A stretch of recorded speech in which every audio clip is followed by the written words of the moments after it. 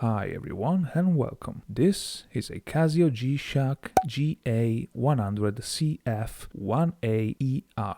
I bought it a long time ago, in 2014, and I've been using it a lot. I paid $110 for it. It is my first G-Shock, and as you can see, it is still in great condition. Let's start with the packaging. It came in this cardboard box. If we open it, we find the manual, the international warranty card, and a very nice metal box. I really like it. Inside, we finally find the watch itself. Let's talk about some specifications. It is a quartz movement. Accuracy is really good.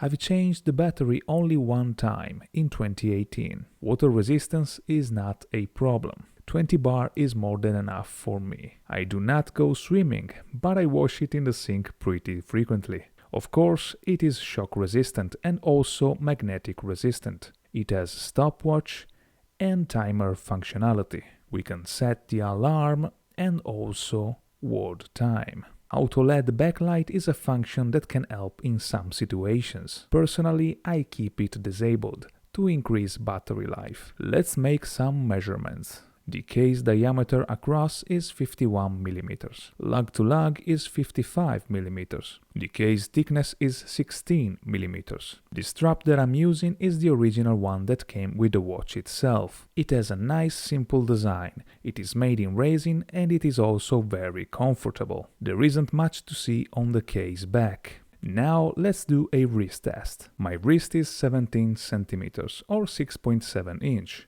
And the lug-to-lug measurement, as we saw previously, is 55 mm. Such a great design. If you like watches that stand out, this one will not disappoint you.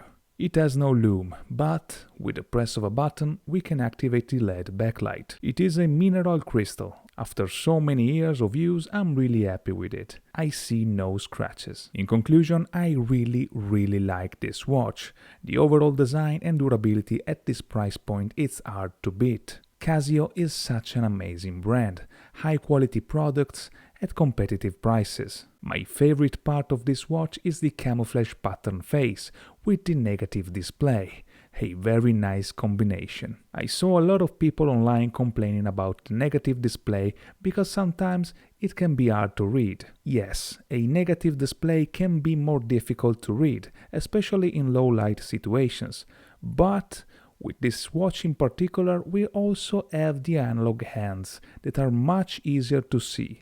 So for me, the way I use it, I don't have any regrets buying it with this specific type of display. If I really have to dislike something about this watch, is the LED backlight. I think it should be a little more powerful and better distributed. Anyway, I would recommend this watch to anyone that wants a well-priced timepiece that really stands out. If you'd like to see more videos like this one, please subscribe to this channel. I have a few more watches that I want to show you. Thanks for watching.